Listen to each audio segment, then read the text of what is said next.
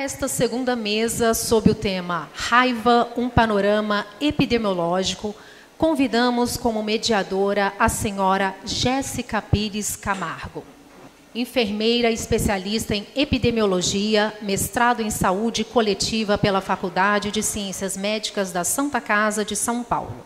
Desenvolve atividades de assessoria técnica da Coordenadoria de Controle de Doenças desde 2020. Senhor Francisco Edilson Ferreira de Lima Júnior, graduado em Medicina Veterinária pela Universidade Federal de Campina Grande em 2005, possui especialização em saúde pública e mestrado em epidemiologia aplicada aos serviços de saúde pela Escola Nacional de Saúde Pública, Fiocruz. Servidor público lotado no Ministério da Saúde desde 2009 e coordenador-geral da Coordenação Geral de Vigilância de Zoonoses e Doenças de Transmissão Vetorial desde fevereiro de 2023. Senhora Patrícia Santana Ferreira, graduada em Medicina Veterinária pela Universidade Estadual do Norte Fluminense, Darcy Ribeiro, em Campos do Goytacazes, Rio de Janeiro, em 2005, com especialização em Defesa Sanitária e Agronegócio pela Universidade Vale do Rio Doce, em Governador Valadares, Minas Gerais, em 2007, e mestrado em Medicina Veterinária pela Universidade Federal de Viçosa, em 2011, chefe da Divisão de Controle e Erradicação de Doenças Endêmicas 1 do Departamento de Saúde Animal do Ministério da Agricultura e Pecuária em Brasília. Senhor Marco Antônio Natal Vigilato, assessor de Saúde Pública Veterinária da Organização Pan-Americana da Saúde, Organização Mundial da Saúde, coordenador da área de zoonoses panaftosa, mestrado em Saúde Animal, Inocuidade Alimentar e Saúde Pública Veterinária pela Universidade Estadual Paulista, assessor em Saúde Pública Veterinária do Centro Pan-Americano de Febre Aftosa e Saúde Pública Veterinária da Organização Pan-Americana da Saúde, Organização Mundial da Saúde, Panaftosa, a prestar cooperação técnica aos países das Américas para reforçar as suas capacidades de vigilância, prevenção e controle de doenças zoonóticas negligenciadas, como a raiva, a equinococose quística, facíola, acidentes por animais peçonhentos, entre outros.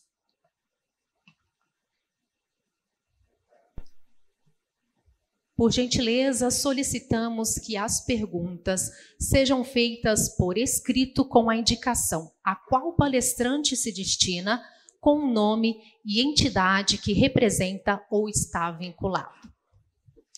A palavra está com a senhora Jéssica Pires Camargo. Bom, mais uma vez, então, bom dia a todos. Então, para seguir aqui, então, eu queria agradecer a presença dos membros da mesa, Dr. Francisco, Dr. Marco, Dra. Patrícia, novamente. Então, para a gente não se prolongar, eu vou pedir para o Dr. Francisco iniciar a apresentação sobre o panorama da situação aqui no Brasil e depois das apresentações a gente discute um pouquinho em cima das perguntas. Bom dia a todas as pessoas aqui presentes. É um prazer estar aqui com vocês, esse público tão seleto aí, algumas pessoas conhecidas, outras que eu estou tendo a oportunidade de conhecer. E é uma satisfação poder participar desse evento, né, comemorativo, que marca aí os 120 anos do Instituto Pasteur e do nosso grande Programa Nacional de Controle da Raiva, que muitos daqui participaram dessa história.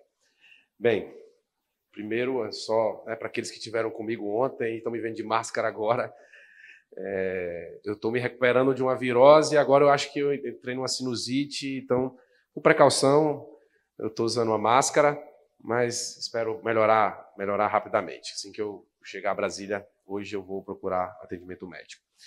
Bem, pessoal, Então, eu vou falar um pouco aqui sobre o panorama e vai ser um pouco mais fácil depois das palestras que me antecederam, principalmente da doutora Cristina, né, que deu já esse histórico, né, trouxe esse histórico dos 50 anos nesse belíssimo artigo que foi recém-publicado, né, então está forninho, tá saindo do forno recentemente. Bem, só para a gente contextualizar rapidamente, né, no Brasil a gente tem diversas, né, variantes genéticas do vírus da raiva, né, características de... Tem, na verdade, quando eu falo tem, né, historicamente, né, e algumas a gente não apresenta mais, como é o caso da variante 1 e 2, a gente vai ver mais para frente, característica dos cães, mas temos de morcegos, né, sejam eles hematófagos ou não, variante de canídeos silvestres, né, especialmente na região Nordeste, e temos também aí essa variante dos saguis, que também é uma característica peculiar do nosso país, né, como a doutora Cristina apresentou, com essa variedade de biomas que nós temos, né, de climas e de espécies, né, de biodiversidade. Então, isso favorece esse conjunto de vírus que acabam acometendo nossos animais silvestres domésticos e a nossa população, né? Então, a gente tem, como já foi também mencionado, esse compromisso, né, que a OMS, né, junto com os países, né, impulsionou para que nós eliminemos a raiva mediada por cães, né, por variante 1 e 2 até 2030. Então, isso foi um novo acordo em 2015, né, considerando que a raiva ainda mata milhares de pessoas no mundo, especialmente no continente africano e outros continentes, mas ainda temos o vírus, né, da variante canina circulando nas Américas, como o Vigilato falou, mas estamos muito próximos de eliminar. Então, essa é uma das principais metas que nós vemos buscando nos últimos anos, nas últimas décadas, durante esses 50 anos, como a Cristina falou, baseado principalmente nessa nossa estratégia de vigilância e controle da doença, relacionado à vigilância, né, de notificação de casos humanos e animais, a vacinação dos cães, que talvez seja o principal exemplo de uma vacinação de animais que impactou de forma tão importante na transmissão de uma doença zoonótica em humanos. A raiva é o primeiro exemplo que vem à nossa cabeça. E, além disso, a profilaxia antirrábica, né, que é mais uma barreira que nós impomos de proteção à população, caso ela seja agredida por um animal que possa potencialmente estar infectado pelo vírus, e também para a exposição para aquelas pessoas que correm riscos de infecção mais frequentes e que é melhor, né, mais custo-efetivo para nós fazermos a pré-exposição. E o monitoramento da circulação viral, ela entra um pouco na vigilância, mas aqui é uma coisa um pouco mais proativa, um pouquinho mais estruturada, que é a vigilância com diagnóstico laboratorial, principalmente de animais, para a gente identificar, importante dizer, com a identificação da variante, que é algo extremamente importante nos dias atuais, né, para a gente saber qual é a variante do vírus.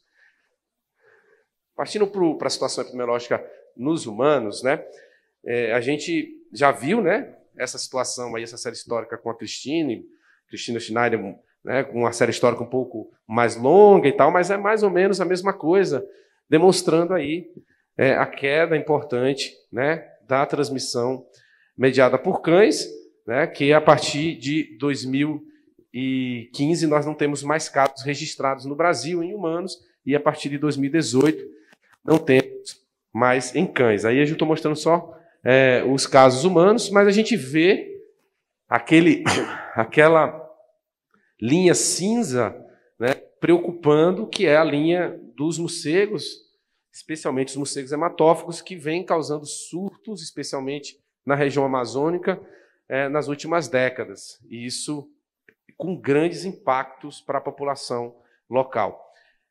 Além disso, obviamente, os gatos ali, que também acabam sendo uma espécie muito favorável para o spillover do vírus, dos animais silvestres, dos morcegos, e isso também nos preocupa, porque a população de gatos está só aumentando de forma muito preocupante no país. Bem, aqui a gente mostra, né, esse gráfico por cão e demais espécies, só para a gente comparar a proporção das demais espécies, como inverte, como a Cristina falou. A gente não teve nenhum caso em 2008, né, sem registro de raiva humana transmitida por cão, que a Cristina também já falou isso, primeira vez que a gente teve na história. Voltamos a ter casos no Maranhão, depois surto na fronteira Mato Grosso do Sul com a Bolívia, e depois, né, nós não tivemos mais casos humanos mediados por cão, mas surtos em laranja ali, né, de tempos em tempos, causados por morcegos hematófagos. Em 2004, 2005, a gente teve esse surto importante, e 2017 e 2018, né? E a gente também teve outro surto importante na região amazônica, em estados diferentes, né, mais de um estado, e que esse último levou à morte 10 crianças e teve um sobrevivente, mas que ficou com sequelas muito graves. E a gente vê ali que de 2007 a 2023, dos 50 casos que a gente teve, 26, né, quase a metade foram por morcegos, muito influenciado por esses surtos que a gente viveu na região amazônica. Eu estou trazendo destaque para isso só para falar um pouco sobre essa questão. A doutora Cristina também já mostrou que é um problema antigo, mas que recorrentemente ocorre, né? E a gente tem realmente que adotar medidas mais sustentáveis para que a gente evite que isso volte a se repetir, que nós não queremos. Então, a gente teve 68 casos, dos 188 casos de surtos oriundos de surto de morcego, ou seja, os outros casos de morcego não foram por surtos, mas principalmente na região da Amazônia Legal, ali em 2004, 2005, região da Amazônia Legal em Viseu, Pará, Portel, Pará, Augusto Corrêa, Godofredo Viana no Maranhão e Turiaçu no Maranhão também. Em 2017, 2018, foi tanto em Barcelos, no Amazonas, como em Melgaço, no Pará. Essas são as características, né? Aqui a foto cedida pelo nosso colega Alex, que acompanhou muito bem de perto esse surto. Então, são populações ribeirinhas de difícil acesso, ou seja, não tem acesso após exposição, eles não vão procurar após exposição. As condições das moradias facilitam a entrada do morcego hematófago e algum desequilíbrio de fonte alimentar local faz com que eles procurem as pessoas para se alimentar, especialmente as crianças. Os surtos ocorrem majoritariamente em crianças, o que traz um impacto ainda maior. A gente vai ver da transcendência da doença. Não basta ser uma doença 100% letal, que já é, né, a mais temida, ela acomete principalmente crianças, aí potencializando essa transcendência e o impacto que ela traz para a sociedade. Então, em 2022, só para trazer detalhado os últimos casos que a gente teve dos 2 últimos anos, né, nós em 2022 a gente teve 4 casos humanos, né, todos por morcego, como animal agressor, né, por variante de morcego. Esse foi o surto que teve na comunidade indígena dos Machacalis, em Minas Gerais, o primeiro surto que a gente teve em comunidade indígena. Não foi, né, em princípio, pela investigação, espoliação, os morcegos se alimentando do sangue das pessoas, como ocorre na região amazônica, mas sim, alguns casos estão associados tem apresentação sobre isso aqui, né, então não vou nem detalhar, mas acidentalmente as crianças brincando com os morcegos e acabaram sendo agredidas ali, e eles têm uma cultura também de ter uma relação com esses animais de uma forma diferente. Eu acho que vocês vão poder ver melhor na apresentação da nossa equipe de Minas Gerais. Em um caso de felino, né, do Distrito Federal, na verdade está ferindo aqui, mas não ficou bem claro isso, bem esclarecido. A gente sabe que é variante de morcego, mas não conseguiu chegar ao certo a esse momento da agressão. A história não ficou muito clara com a investigação com os familiares, que também não colaboraram depois de um tempo, por questões pessoais. Bem, em 2023, nós tivemos 2 casos até o momento. Então, o do bovino, inclusive a Patrícia citou esse caso, né? Que foi um contato com o bovino em Minas Gerais, na verdade, ali na divisa Minas Gerais e Espírito Santo, em um produtor rural que manipulou a boca do animal que estava doente, e depois a gente identificou que foi variante de morcego. Todos esses últimos casos evoluíram para óbito, tá, gente? A gente não teve mais cura. A última foi aquela do surto do Amazonas, que a gente teve um paciente que sobreviveu. Um caso por sagui, estão mostrando aqui a variante sagui, também importante no Nordeste, no Ceará, e principalmente a falta de informação que a população tem ainda de que esses animais podem transmitir o vírus. Então, não procuram atendimento, não é historicamente conhecido, né, nacionalmente como uma espécie que pode transmitir, mas os estados da região têm trabalhado muito nessa sensibilização. Então, esse caso, todos esses casos não procuraram atendimento oportuno, não tiveram profilaxia pós-exposição, se tiveram, foi inoportuna. Então, a gente olhando o perfil epidemiológico desses casos, aí, pegando a série histórica dos últimos 22 anos, né, a gente vê que a maior parte dos nossos casos ocorreram na região Nordeste, tá, do Brasil ainda, isso aí tem influência dos casos caninos também que ocorriam, mas de outras espécies de animais silvestres. Depois vem a região Norte, também influenciada pelos surtos por morcego hematófago, e depois ali, meio que empatata, a região Sudeste e Centro-Oeste, a região Sul, não teve casos humanos. Agora tem que ver que se for algum probleminha no gráfico que não apareceu ali.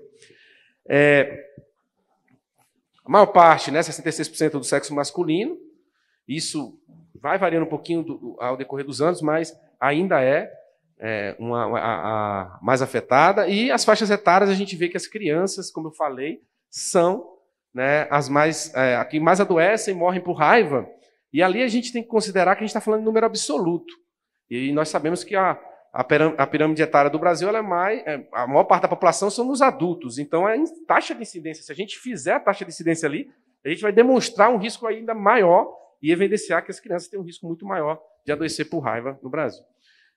Bem, dados sobre profilaxia, né? Então, assim, eu acho que é interessante também a gente saber o quanto que a gente vacina no Brasil, né, pós-exposição. Então, vejam que nossa mediana aí de 2010 a 2022 são 620 mil atendimentos antirrábicos por ano, mais ou menos, que a gente tem. Tivemos uma queda na época da pandemia, né, esperada ali, mas a gente tem esse número aí, tipo a taxa de atendimentos por 100 mil habitantes, né? Então você vê 318, 300 por 100 mil pessoas. Então a gente vacina muito pós-exposição ainda no Brasil, e que é uma fortaleza importante do programa. Essas pós-exposições, elas são principalmente em agressões por cão, 80%.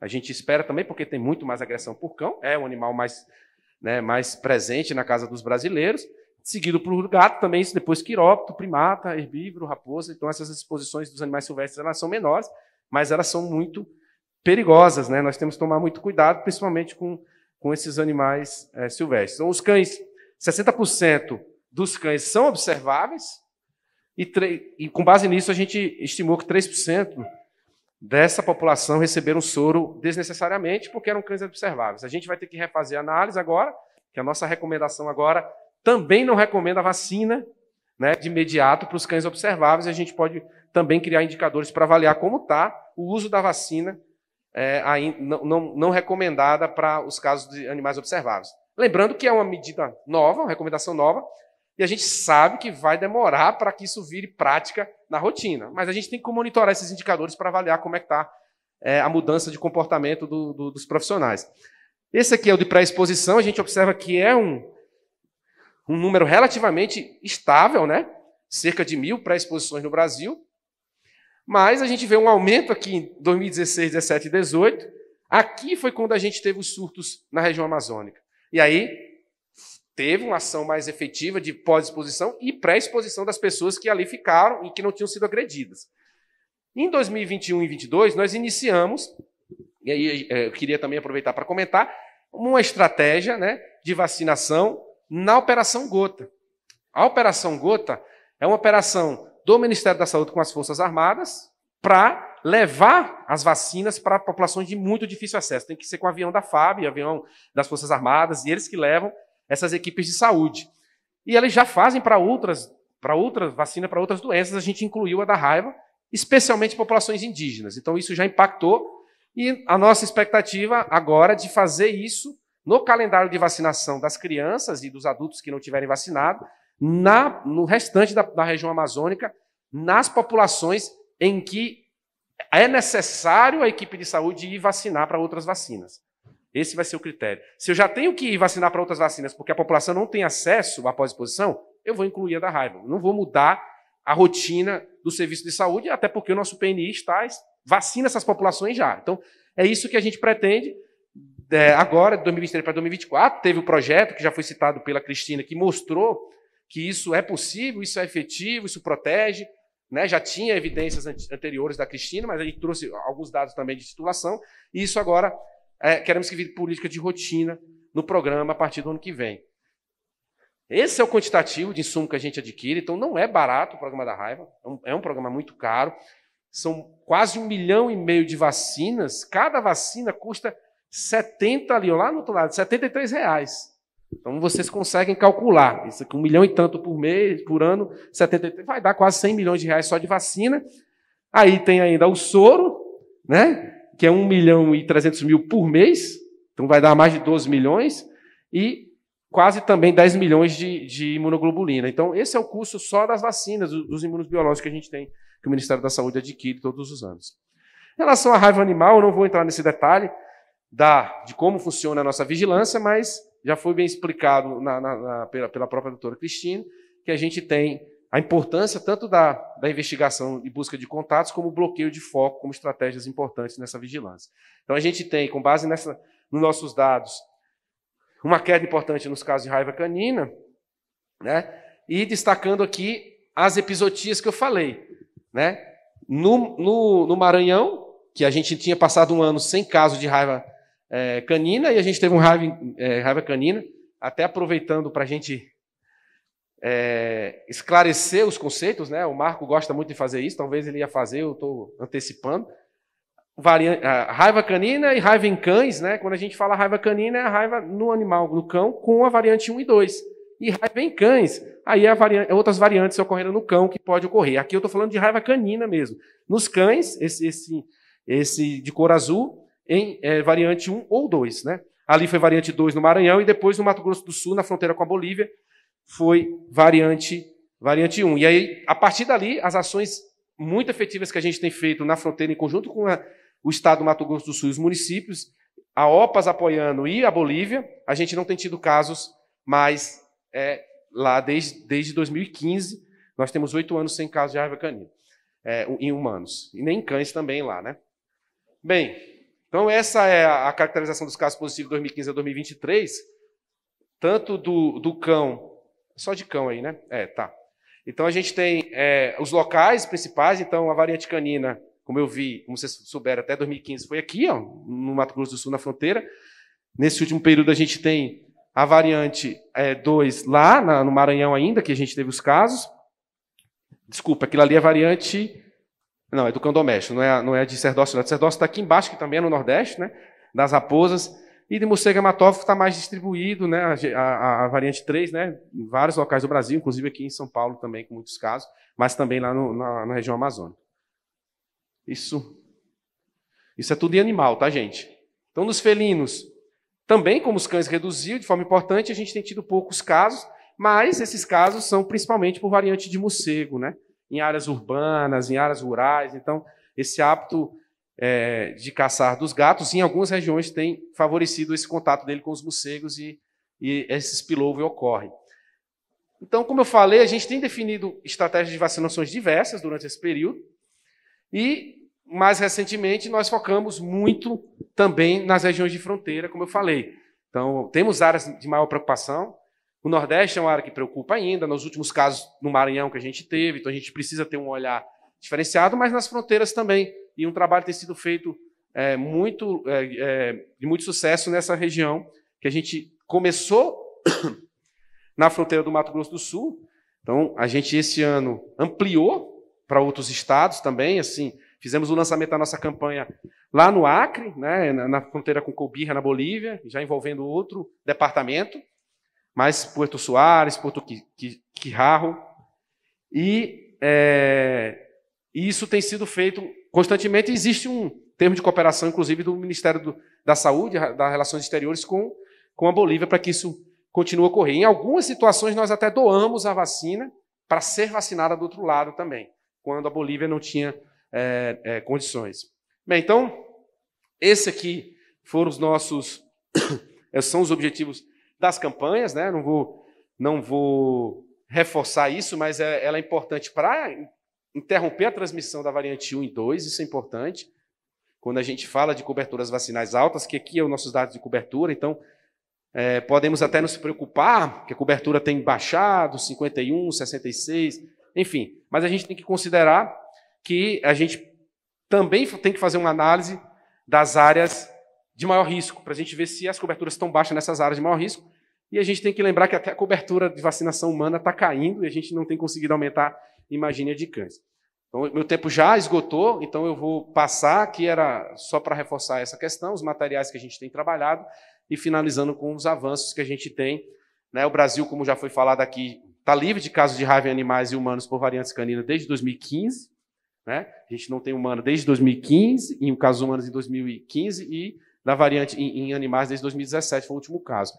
Nós fizemos uma atualização do protocolo de profilaxia, né, que foi em 2022, então isso foi um grande avanço, né, a gente simplificou algumas coisas. Avaliamos a efetividade da profilaxia pré-exposição nas populações ribeirinhas, que foi o estudo que eu citei. Incluímos já a profilaxia pré-exposição na Operação Gota e estamos com ações de vacinação contra a raiva canina na área de fronteira Brasil e Bolívia. Eu acho que são as principais ações. Além disso, temos alguns desafios, para finalizar, que eu queria citar. Primeiro, a gente ainda tem alguns desafios no fornecimento de soro. O Brasil está com um produtor só, o Instituto Butantan, e o governo está investindo nos laboratórios a partir do ano que vem para retomar essa. Isso também impacta nos acidentes por animais peçonhentos. Ampliação da profilaxia pré-exposição em comunidade de difícil acesso, que a gente precisa colocar isso na rotina, como eu falei. Atualização do protocolo de Recife, que é aquele protocolo de tratamento dos casos de raiva, que ele está parado lá e nunca mais a gente mexeu, e já tem coisas que a gente pode atualizar. Atualizar as diretrizes de animais silvestres, que é uma diretriz importante. Fortalecer a rede de laboratorial para diagnóstico da raiva animal. Então, esse é um gargalo e que nós queremos focar esforços aí, de centralizar o diagnóstico para a gente ampliar nosso número de coletas e análises em cães, principalmente. Sistema de informação para registro dos dados de raiva, seja de campanha, sistema de informação para vigilância animal, de uma forma geral nacional. Nós também temos algumas propostas que estão sendo desenvolvidas e é um grande desafio, mas a gente já está com algumas iniciativas, que eu não vou entrar em detalhes pelo tempo. E, por último, e não menos importante, a certificação, que não é certificação, a validação, né, da eliminação da raiva causada por variante canina no país, humana, e a verificação da eliminação da raiva canina também no país, que nós queremos, com esse compromisso que foi falado, junto com os estados, submeter a OPAS antes de 2026, não vou dizer data, a gente ter essa validação no país. Era isso, gente. Obrigado.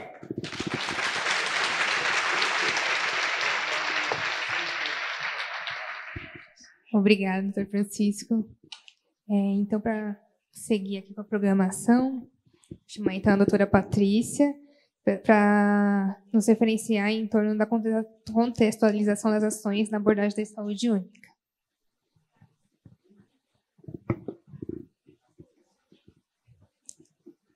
Bom dia a todos. Vou tentar ser o mais breve possível, porque eu sei que o tempo já está um pouco, né, extrapolado. Mas eu vou falar para vocês, então, sobre as ações do Programa Nacional de Controle da Raiva dos Herbívoros, contextualizando um pouco dentro da saúde única. Bom, então, não vou entrar nesse mérito da raiva, né? Todo mundo aqui já sabe, né, que a raiva é uma doença do sistema nervoso central e letal, né? Lembrando que ela foi diagnosticada em bovinos pela primeira vez no Brasil, em Santa Catarina, né, já foi mostrado anteriormente, né, o Dr. Carine, né, que identificou. É uma doença que tem um grande impacto econômico na pecuária. Até trouxe alguns números para vocês, para mostrar como é grandioso o nosso patrimônio pecuário. É uma doença que causa não só a morte dos animais, mas por questões de espoliação, né, a queda da produção, né, desses animais, além dos impactos na saúde pública e animal. Bom, aqui é nosso rebanho, né, hoje. O Brasil é o maior rebanho comercial, ele possui o maior rebanho bovino comercial do mundo, né? A gente está com quase 240 milhões de cabeças, né? E, em segundo lugar, ovino, caprino, equídeos e os bubalinos. Bom, então a raiva, os morcegos são amplamente distribuídos nas Américas, né? Trouxe aqui só para... Não estou conseguindo apontar. Tá, então esquece. Mas assim, então naquela área verde, né, a área de ocorrência do Desmodos rotundos, né, nas Américas, que é o animal mais envolvido, né, na transmissão da raiva em herbívoros. A gente tem 3 espécies de morcegos hematófagos, Diaemus young, o Dífila caudata, mas esses estão mais envolvidos na alimentação de sangue de aves, né? E o Desmodos é a espécie diretamente envolvida na raiva dos herbívoros. Bom, então, assim, trazendo para o contexto da saúde única, as situações muito importantes que vêm se desenvolvendo ao longo dos anos para que haja disseminação da raiva nos herbívoros domésticos. Então, com a intensificação da pecuária, houve um aumento da oferta de alimentos, né? Como foi demonstrado, a produção, o número de animais é muito grande, incluindo também as ações humanas com desmatamento, né? A modificação ambiental, alterações da estrutura ecológica, né? A construção de rodovias hidrelétricas, o adentramento do ser humano no meio ambiente, ocasionou, né, que esses animais tivessem que se adaptar e se abrigando nas áreas próximas às fontes de alimentação, que são os animais de produção. Bom, então, um breve histórico aqui, né, do programa de raiva dos herbívoros. Muito antes da criação do programa nacional, já se realizavam ações de controle. Eu coloquei ali a partir de 1966, mas muito antes disso, já se realizavam ações com a intenção de controlar a raiva de alguma forma. Então, em 1966, o MAPA instituiu o programa, o Plano de Combate à Raiva dos Herbívoros, que na época, né, tinha esse nome, PCRH. Em 76, foi publicada uma portaria instituindo normas de profilaxia da raiva. Em 2002, que foi criado o programa, né? Foi publicada a Instrução Normativa 5, que contém as normas técnicas para o controle da raiva dos herbívoros e que é a atual legislação ainda que nós temos. Em 2005, foi publicado o Manual Técnico para o Controle da Raiva dos Herbívoros. Em 2009, foi feita uma atualização desse manual, né? E, em 2019, iniciamos um grupo de trabalho para iniciar as ações de revisão do nosso programa, né? Então, esse trabalho já foi realizado, já foi concluído, com o intuito de direcionar a atualização do programa de controle da raiva dos herbívoros. Em 2020, nós tivemos algumas alterações também na Instrução Normativa 5, publicada pela Instrução Normativa 41. Bom, então, brevemente, aqui também as ações que são desenvolvidas, né, pelo Serviço de Saúde Animal. As estratégias de atuação do programa estão em cima de vigilância, né, então, a notificação obrigatória de casos suspeitos e também da ocorrência de agressões, né, de espoliações de animais de produção. Então, essa notificação ela tem que ser feita num sistema, nós temos um sistema informatizado que se chama ESSESBRAVET, tá? Aqui está o site. Essa notificação também pode ser feita em loco, nos órgãos de defesa sanitária dos estados, ou por telefone, ou por e-mail, enfim, a forma que for mais fácil para o cidadão, né? E com a notificação se desencadeia todas as ações de vigilância, né, de investigação da suspeita. E em caso de fundamentação dessa suspeita, é feita a colheita de material do animal e encaminhado para o laboratório.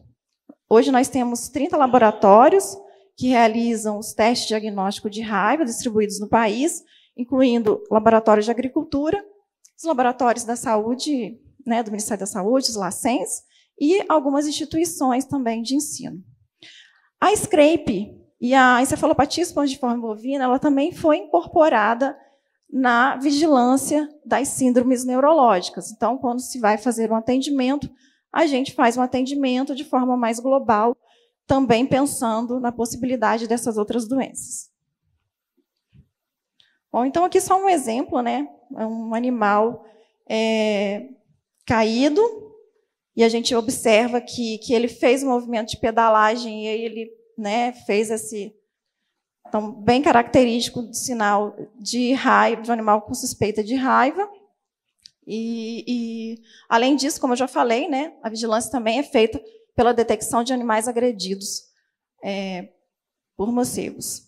Nesses atendimentos, sempre quando se detecta pessoas agredidas por morcegos ou que tenham tido contato com o animal suspeito, elas são orientadas a procurar o serviço de saúde e também é feita a notificação do serviço de saúde para que tome as devidas providências. A vacinação, né, ela é recomendada a partir dos 3 meses de idade. Animais que nunca foram vacinados devem ter esse reforço em 30 dias e a revacinação anual, sendo que a vacinação ela é recomendada nas áreas focais e perifocais. Não é proibido vacinar em outras áreas. O produtor pode vacinar se quiser, mas a recomendação do programa hoje é em cima das áreas focais e perifocais. A quantidade de vacinas antirrábicas comercializadas esse ano, dados disponibilizados pelo Sindam, é de 120 milhões de doses. Isso é vacina de herbívoros, tá? Então, é uma quantidade bastante grande. As pessoas têm vacinado. Essa quantidade de vacinas é uma quantidade distribuída em todos os estados, tá? Bom, também é feito monitoramento de abrigos. Uma outra ação é feita pelo cadastro, né, de referenciamento de abrigos, e o monitoramento anual para verificação da ocorrência de morcegos hematófagos, feito tratamento com pasta vampiricida e tal. Aqui um exemplo de abrigos, né? A gente tem abrigos artificiais ou naturais. O controle do desmodos é feito por métodos de controle direto, né, nesses abrigos naturais ou artificiais, com a colocação de telas, né, na frente dos abrigos, ou mesmo o uso de puçás. Aqui é uma foto, essa é uma foto cedida pelo colega que está aqui na plateia, Jomar, né, e com a realização do trabalho de captura em um abrigo, né? Aparentemente uma caverna, uma gruta. Outro trabalho feito é o método de controle indireto usando a pasta vampiricida. Essa pasta, né, a base de varfarina, é realizada o produtor, né, que encontre lesões de agressão por morcegos, ele pode utilizar o uso dessa pasta nos arredores da lesão. Bom, a raiva, ela precisa muito de educação, né? Para que as ações sejam eficazes, a gente precisa de comunicação em saúde muito forte. Então, como até o colega falou, né, anteriormente, sobre as pessoas não sabem o que fazer, elas não procuram serviço de saúde. Muitas vezes, os produtores têm vários casos de possível caso de raiva, mas não procura os órgãos de defesa sanitária dos estados por medo, ou mesmo por desconhecimento, acha que o órgão vai puni-lo de alguma forma, ou porque ele acha que fica feio os vizinhos saberem que tem um caso de raiva na sua propriedade. E isso atrapalha muito as ações de controle e prevenção e até mesmo a ocorrência, né, nos seres humanos. Então, a promoção de saúde, a comunicação de saúde é uma ferramenta muito importante no controle da raiva, né, para que todos os envolvidos, sejam produtores, médicos veterinários, enfim, todos os envolvidos no processo, possam colaborar com as ações, né? Esse aqui é um folder que está disponível na página do Ministério da Agricultura, com orientações, né, gerais sobre o que fazer. Esses também são exemplos de folders que a gente disponibiliza na nossa página. que pode ser, né, impresso pelos os órgãos estaduais e distribuído nos locais em que são realizadas as ações educativas. Aqui um exemplo, né, também de atividade educativa, também fotos cedidas pelo colega da plateia. Essa foi feita uma palestra em comunidade rural, em escolas. Alguns estados possuem projetos educativos permanentes em escolas de ensino fundamental, porque a gente entende que, muitas vezes, você passar informação para a criança é até melhor.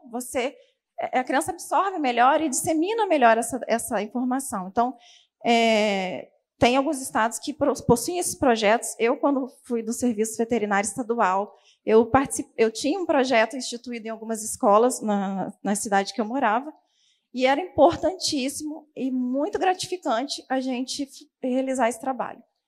Então, bom, aqui é o site em que vocês podem ter acesso para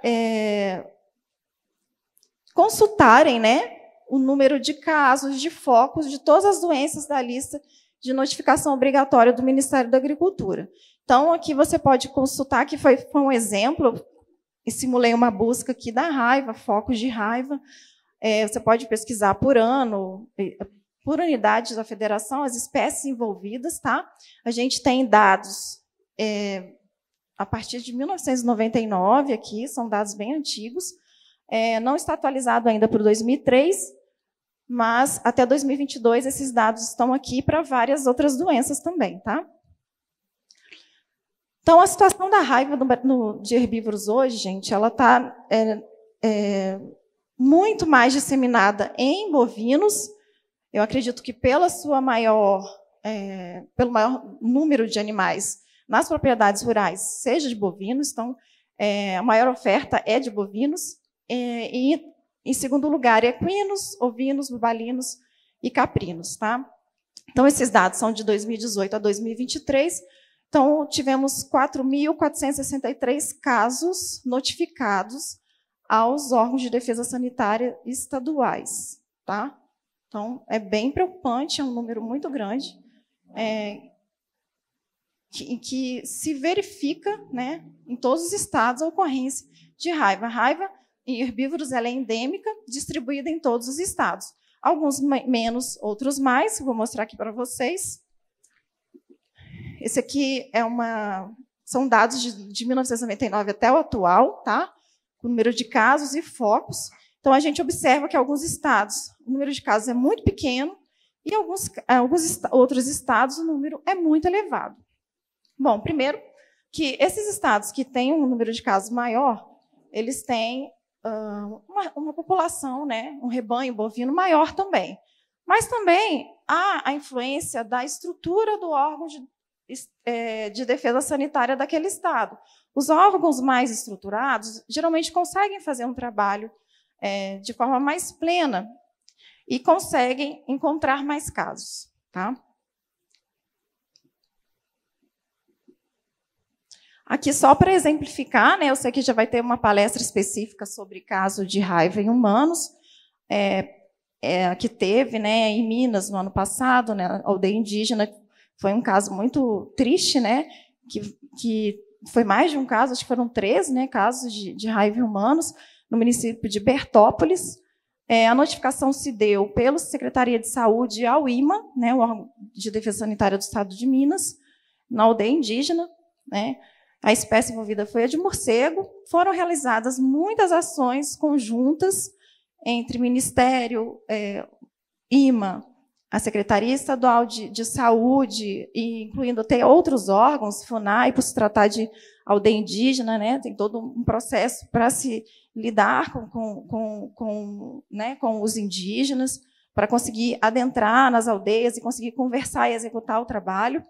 Então, foram feitos trabalhos muito importantes de educação. Isso aqui é uma palestra que foi realizada numa das aldeias. Foi feito trabalhos intensos, né, de força-tarefa mesmo, com o pessoal da saúde animal, junto com a Secretaria de Saúde, para que fosse feito um levantamento e investigação da região, da onde poderia ter os possíveis abrigos, e orientar os indígenas em relação ao que fazer nessas situações. Então, foi feita uma força-tarefa bem grande, envolvendo os servidores do IMA. E o outro caso esse ano, coincidentemente também em abril, né? Do ano passado foi em abril também, em Mantena, que é uma cidade que faz divisa com o Espírito Santo, também se deu pela notificação do serviço da Secretaria de Saúde ao Serviço Veterinário Estadual, só que a espécie envolvida foi um bovino. Nesse caso, o bovino estava com... parecia que estava engasgado, né?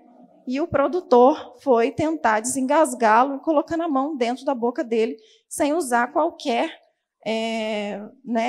EPI, né? Qualquer equipamento de proteção, e foi quando se deu a infecção. Né? Então, as ações foram conduzidas também em conjunto com vários órgãos, né? De saúde animal e da saúde, né? Humana, e realizado várias atividades de vigilância epidemiológica e cadastro de abrigos, e verificação, monitoramento de abrigos de morcegos hematófagos. Bom, gente, então, quais são os rumos do programa, né? A gente já executou, né, já concluiu o trabalho de avaliação. Foi feito um trabalho de avaliação dos últimos 10 anos do programa de raiva, captando dados de todos os estados. Foi feito um trabalho bastante robusto, né, com os dados de controle de abrigos, de monitoramento, envolvendo todas as ações, os custos dessas ações, que a gente sabe que não é barato, né? Exige uma equipe preparada, existe uma equipe treinada para executar todas as ações, porque é uma atividade de risco, inclusive. Então, você tem que ter uma equipe muito preparada e muito treinada para a execução. Né? Então, foi concluída essa etapa de avaliação para atualização do programa. Nós estamos em fase de avaliação, de realizar um estudo de priorização das doenças, da lista de notificação obrigatória do Ministério da Agricultura. Nós estamos numa fase de revisitação de todos os programas. A maioria dos nossos programas são antigos, né? O da raiva foi criado em 2002, mas muito antes já existiam ações sendo desenvolvidas. Então, se faz necessário analisar hoje, né, o que tem sido feito, o que está dando certo, o que não está, o que a gente precisa melhorar. Então, a gente está nessa fase de reavaliação de todas as doenças que estão presentes na lista de notificação obrigatória do Ministério da Agricultura, para poder encaminhar, né, os próximos passos da revisão do PNCRH.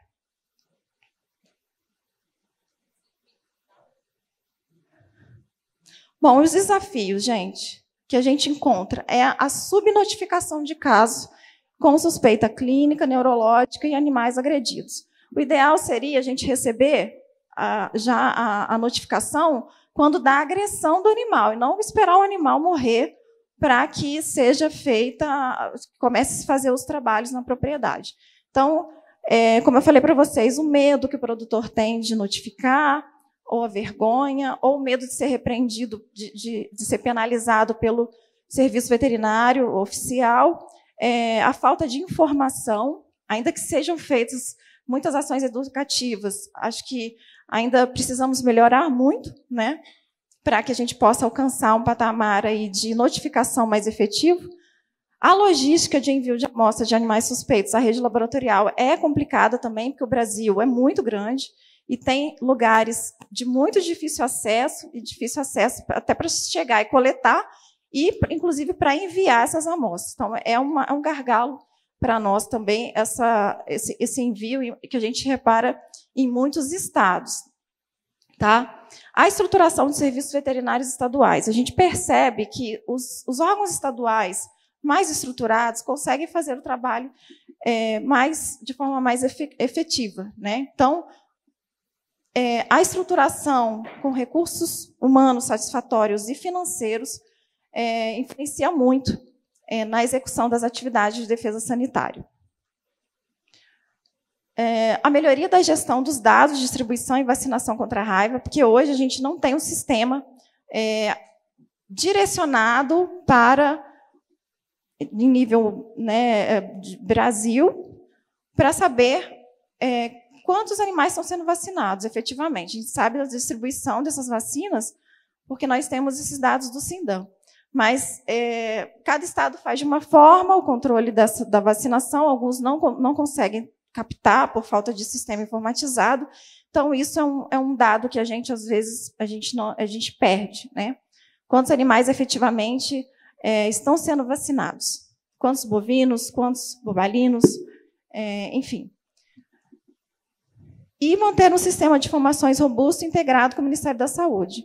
Hoje a gente tem um sistema, o Ministério da Saúde tem outro. E, muitas vezes, algumas amostras são encaminhadas para diagnóstico no laboratório da saúde que a gente perde. Então, essa integração de sistemas, eu acredito que seria muito bom para ambos os órgãos, né? E para que a gente não perdesse informação e não perdesse a possibilidade de atuação, né, num foco, né? E é isso, gente.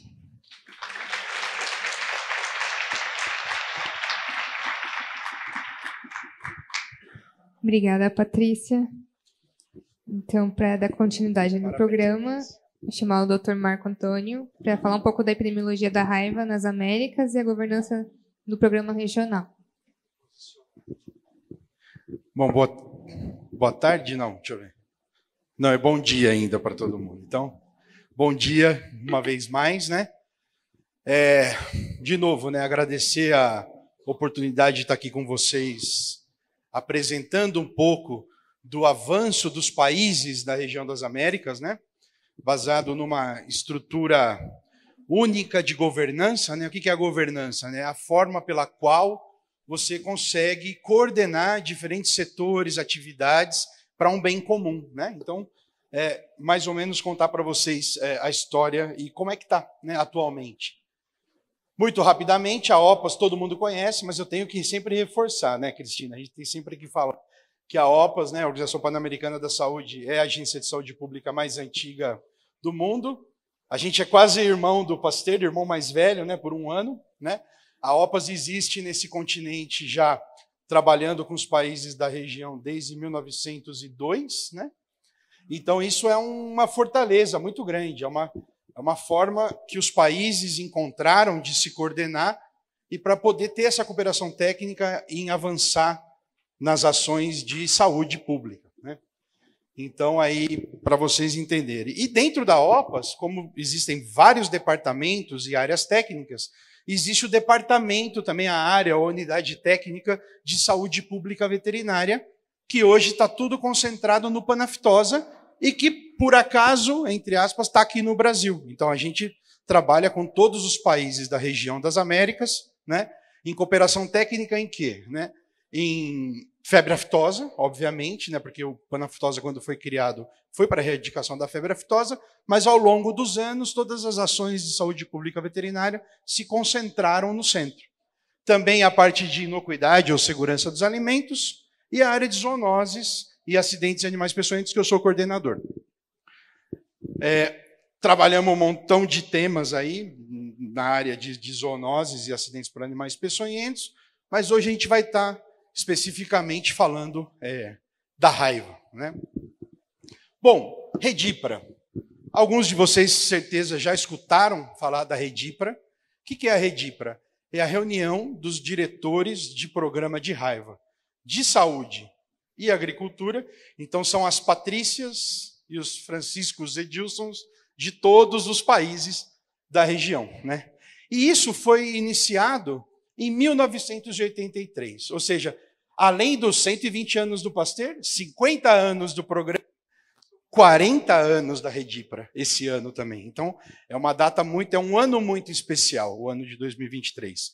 Então, são 40 anos, né, de história de uma coordenação regional com todos os países. E essa foto aqui, o Dr. Belotto está aqui. Como eu não tenho o apontador, eu vou até aqui na frente, né? Ele está aqui, ó, olhando para alguém. Então, essa foi a primeira reunião, e aí estão as diretoras e os diretores de programa de raiva, tanto dos Ministérios da Agricultura como dos Ministérios da Saúde. E a partir daqui é que começa essa periodicidade deles se reunirem para ver os avanços. E a última Redipra foi esse ano.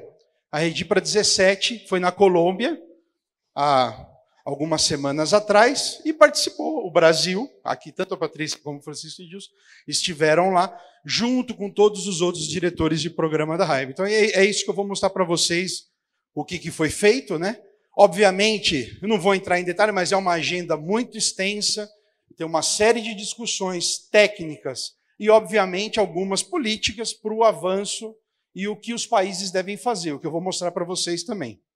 Então, tivemos a presença do ministro de Saúde, que foi com a sua cachorra Pink, né? A Pink, a mascote do ministro de Saúde, participou da abertura e foi aí homenageada como a mascote oficial da Redipra 17 na Colômbia. Mas aqui é para vocês verem, né, a importância da reunião, né, e o ministro de Saúde participando, né, com a sua pet aí, com a Pink. Então, aquela foto, né, preto e branco que a gente viu lá de 1983, a gente sempre acaba atualizando. Então, em toda reunião, então a gente sempre atualiza com os responsáveis do programa de raiva das Américas, que participaram, né, 27 países da região. Né, tá ali, ó, o Francisco, ali, não é mentira não, a Patrícia e o Francisco estavam lá. Né, eles participaram da reunião e todos os países da região, né, representados aí pelos seus coordenadores de programa. E o que a gente faz? Né? Então, a gente traça uma série de recomendações. Eu não vou falar o detalhe de cada uma, mas eu vou passar algumas para vocês. Né?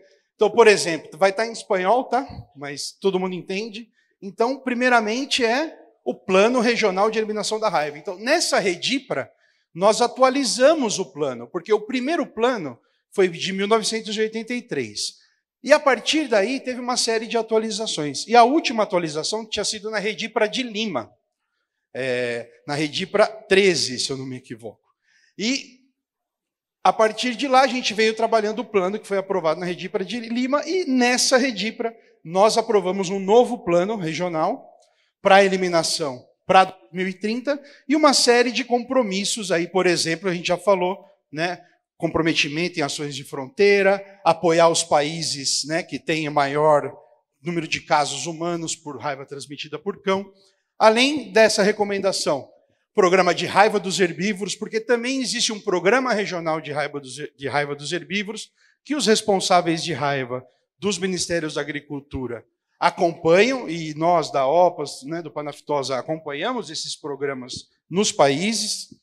Também da profilaxia pré-exposição. Então, isso que o Francisco Edilson colocou, do compromisso do país, e está ampliando a possibilidade de populações em risco de estar recebendo a profilaxia pré-exposição, também em países, né, Bolívia, Brasil, Colômbia, Costa Rica, Equador, Guatemala, México, Nicarágua, né, países, né, que têm essas possibilidades, né, de estar criando políticas públicas, porque hoje política pública nós só temos no Brasil e no Peru.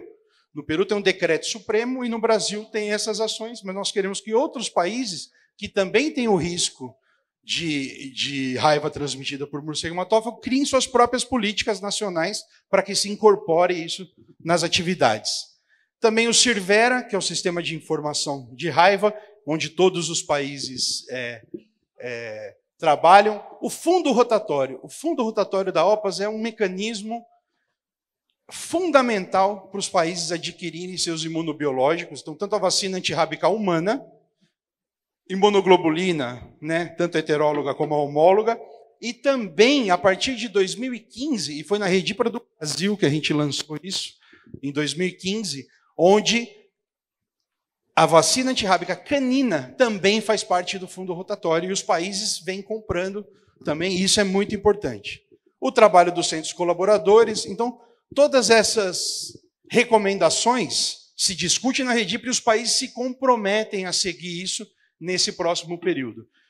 Já falamos aqui da validação e a verificação da eliminação da raiva humana, enfim, os países se comprometeram e, como eu comentei na abertura, né? Ontem nós tivemos a reunião com os responsáveis coordenadores dos estados do Brasil e esse compromisso que foi realizado pelo país se confirmou ontem através dos estados e da participação.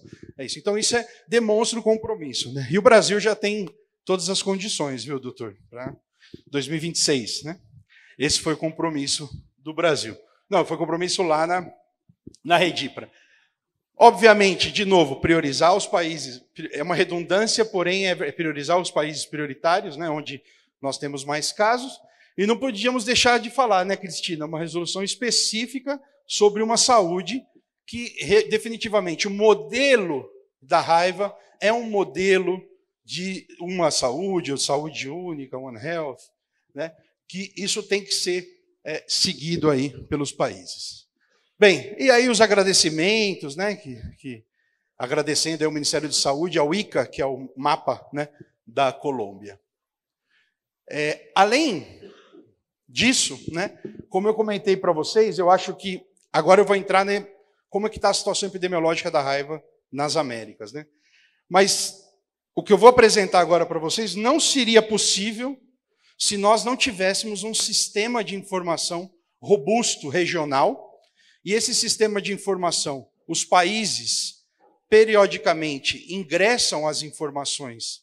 Até 2017 eram mais de casos. A partir de 2018, a gente transforma o Sirvera de um sistema de coletar casos para um sistema de apoio à gestão dos programas nacionais de raiva.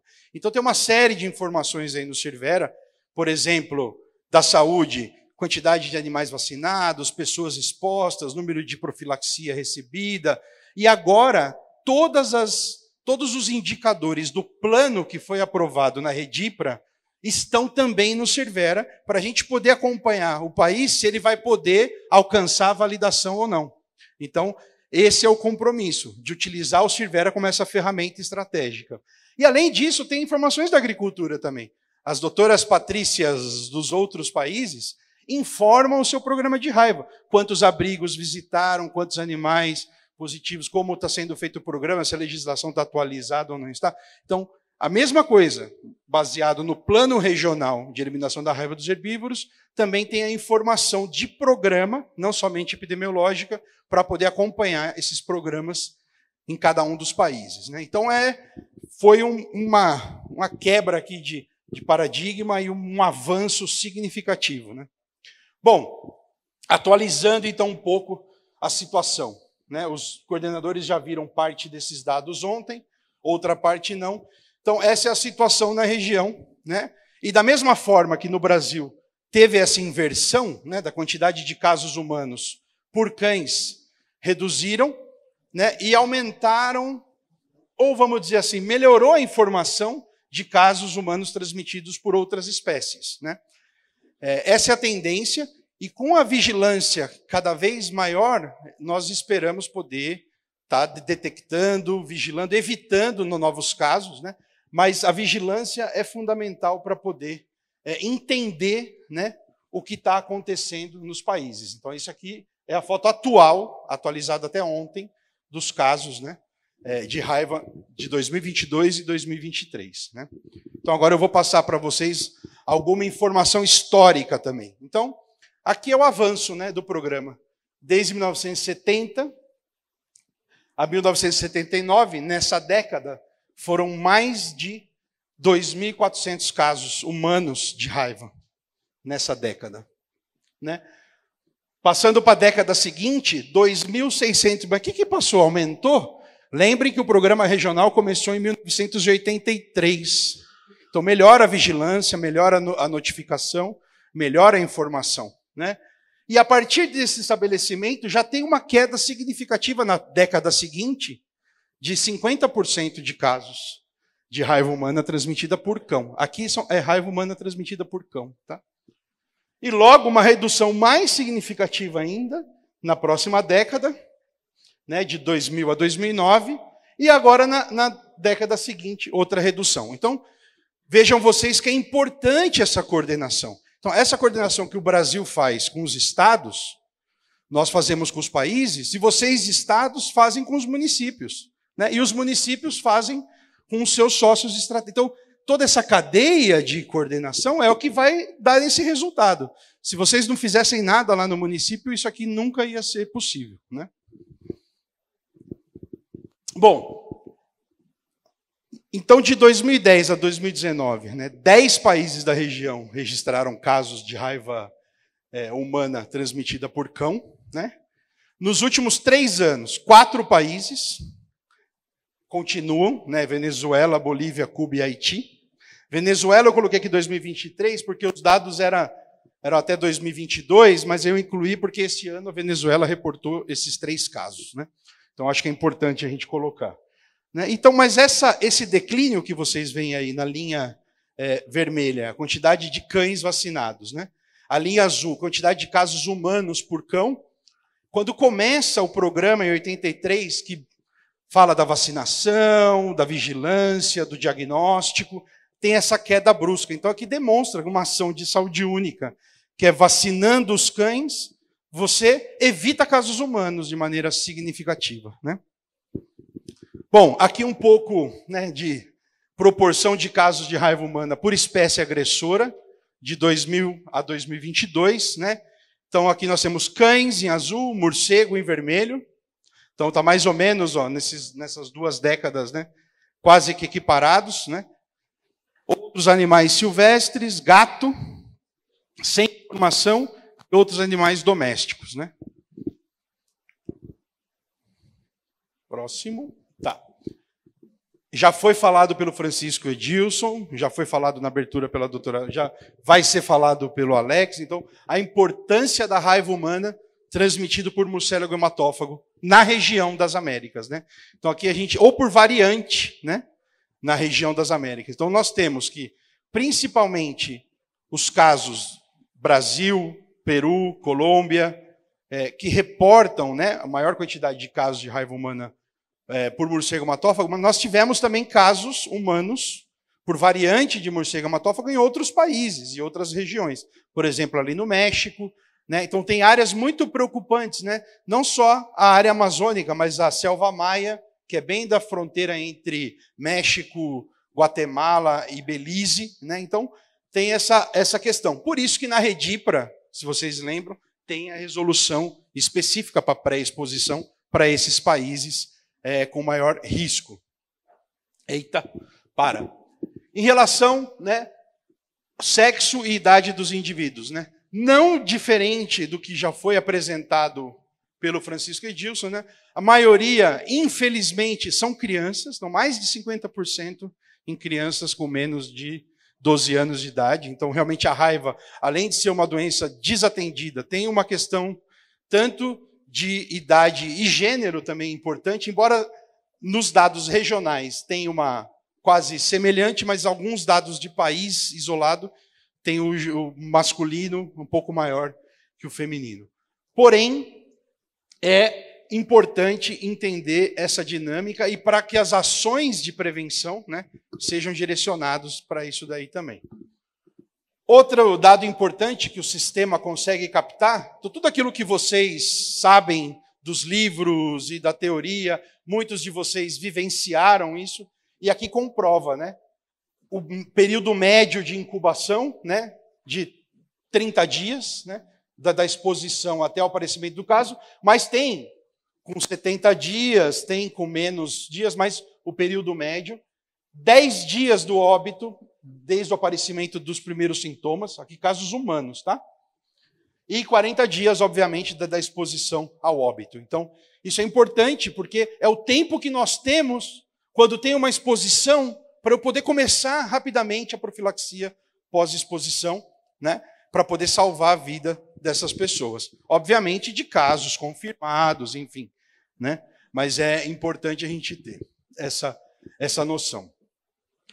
Um pouco, de novo, né, a dinâmica nesse período, 2017 a 2022, né, onde ocorreram os casos de raiva humana por cão, né, e áreas localizadas aí nesses países.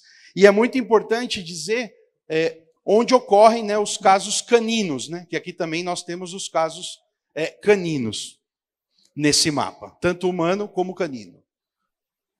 Aqui detalha um pouco mais casos em cães. Como o Francisco Edilson falou, nós temos a raiva canina, que é o caso de raiva nos cães por variante canina, e os casos de raiva em cães. E isso a gente deixou muito claro e definido no novo programa regional, justamente para ter essa diferenciação das variantes, né?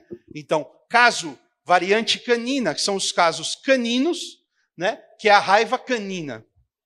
E casos em cães por outras variantes, que é aquele outro mapa ali. Vocês podem ver, então, toda a distribuição praticamente em todo o continente. Ah, mas tem um monte de área cinza de raiva em cão que não tá. Não tem porque não tem vigilância. Se tivesse vigilância, seguramente nós íamos ter também reportado esses casos. Ou a vigilância é muito insuficiente, né? Raiva em gatos. É muito importante, porque nós tivemos mais de 1.200 casos de raiva em gatos na região nesse período aqui de 17 a 2022. Por que 17 a 2022? Porque a última Redipra foi em 2017. Então a gente atualizou os diretores de programa de 2017 até 2022. Né? Em 13 países, né, reportaram caso de raiva em gatos, né? E tem um importante papel no ciclo de transmissão, que vocês sabem, o gato caça o morcego e invariavelmente pode transmitir para uma pessoa. Então isso é realmente importante ter essa visão do gato. Raiva em morcegos, né? Então aqui a gente pode ver que tem uma quantidade expressiva, né, de amostras em morcegos positivos. São mais de 9.800 positivos nesse período no continente, né? E 146 mil amostras enviadas no continente nesse período. Então, tudo isso graças ao Cirvera, que além de pegar casos positivos, também recebe a informação de quantas amostras, porque aí eu sei como é que está a vigilância daquele país, se tem ou não vigilância, né? E então você vê que nós temos aqui uma proporção, né, de 6%, e por ano, né, varia um pouco aí esses casos. Mas aqui nesse outro mapa você pode ver, então, a presença de raiva em morcegos nos países da região. De novo, onde está cinza é porque não estão fazendo vigilância, ou não tem o sistema implantado, né? Ou são casos esporádicos que encontram. Essas 3 figuras aqui é muito importante. Por quê? De novo, eu coloco os casos em morcego, coloco os casos de raiva em cães por variantes de morcego ou silvestre, e o último mapa é o caso de raiva em gato por variante morcego. Então você vê que tem um overlap aí de onde está ocorrendo o quê. Então, dá a importância da vigilância, não somente em cão, mas em todas as espécies animais que possa ser enviado para diagnóstico. Então, esse é o papel de vocês aí, que estão em campo, né? Raiva em herbívoros. Ali tampou o mapa, mas é até 2022, né? Então, aqui são os países que reportam. De novo, raiva em herbívoros não é a raiva transmitida por morcego hematófago, porque pode ser transmitido por qualquer animal, né? Pode ser, no caso, Estados Unidos e Canadá, não tem morcego hematófago. Mas eles têm raiva em herbívoro? Tem. Transmitido por animal silvestre. Por mapache. Como que é mapache? Mapache? Raccoon, como que é raccoon em português? Bom, esses bichos aí. Guaxinim, esses outros, que transmitem para os animais de produção. Já na América Latina, já a maioria dos casos é transmitido por morcego hematófago, porém, nós temos casos de animais de produção com variante canina. Bolívia, Venezuela, tá? Então, é bem complexo. Porém, tudo isso é o Ministério da Agricultura dos países todos que fazem esse trabalho. Eu diria para vocês, ó, nós somos raiva em herbívoros, né? E quando a gente olha a raiva em cães, eu diria para vocês que a vigilância na agricultura está um pouquinho melhor, né? Que a vigilância na saúde, se você olha, né, o mapa, as cores, né? Então isso é um tema interessante de se ver, né? Digo em amplitude, né? Não em quantidade, mas é importante a gente estar pensando nisso também. E raiva em outros animais silvestres, né? Aí, Canadá e Estados Unidos é muito grande, né? O Caribe também aparece ali em outros animais silvestres, porque lá tem a mangosta, que é aquele bichinho que veio da Ásia, que os colonizadores maravilhosos introduziram para controlar roedores, mas eles nunca se encontraram, porque a mangosta tem o hábito diurno e o roedor tem o hábito noturno. Inteligência total, né? Porém, então tá ali. Mangosta com a raiva canina, com a variante canina, transmitindo no Cuba, Haiti, República Dominicana e Porto Rico também é um grande problema, raiva em mangosta, né? E nos países aí, Estados Unidos e Canadá, a vigilância animal silvestre, eles têm diagnóstico até em lince, entendeu? Então aqui, como a gente só tem 3, 4 bichos, entendeu? Então eu acho isso um absurdo. A gente tem que aumentar a capacidade de vigilância, enviar mais amostra, montar um sistema de uma saúde de verdade, né, com o meio ambiente, vigiar parques, né? Enfim, porque a gente não tem, olha ali, no Brasil a gente tem calitrix, os morcegos, obviamente, e os canídeos selvagens, e eventualmente deve aparecer um ou outro bicho. Mas não é uma vigilância robusta como a gente tem lá. Então nós temos que buscar isso daí, né? Bom, para finalizar, como eu falei para vocês, né, tem uma série de informações de vigilância no programa, no Sirvera, que ajuda os programas. Então, ó, total de animais vacinados, de cães, né, vacinados, saúde pública nesse período. Foi quase 200 milhões de cães em todo o continente, vacinado pelo poder público, tá?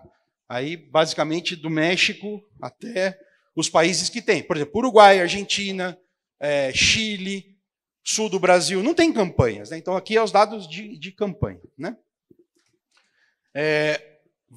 Vacinado no setor privado é pouco. Total de gatos vacinados pela saúde pública, 35, quase 36 milhões de gatos, né? E aqui, quantidade de exposição de pessoas expostas, mais de 5 milhões de pessoas expostas na região. Então é um problema de saúde pública grave a exposição. Acho que a gente, além do controle da raiva, temos que pensar, né, conversando com o Adriano outro dia, temos que ver como prevenir a exposição, porque se você olha os dados históricos dos países, você tem a exposição, ela é mais ou menos uniforme, né? Obviamente os casos de raiva vão abaixando, mas a exposição não abaixa. Então o que nós vamos fazer? A mordedura, né? O que nós estamos fazendo que temos que fazer melhor, né? Total de profilaxia pós-exposição por mordedura de cães, profilaxia pós-exposição por outros animais. Então, ó, vejam vocês, quase 2 milhões de pessoas receberam profilaxia pós-exposição, né? E pré-exposição, 148 mil. Obviamente, são dados que estão iniciando, como eu falei para vocês, a partir de 2017, 2018, que a gente incluiu dados de programa no Sirvera, e eu espero que para a próxima Redipra a gente ter mais dados, mais informação relevante para vocês. Se vocês quiserem acessar a Redipra, coloca no Google Redipra 17 e vão encontrar todas as informações, os planos, os programas regionais que eu contei para vocês aqui. Tá bom? Obrigado.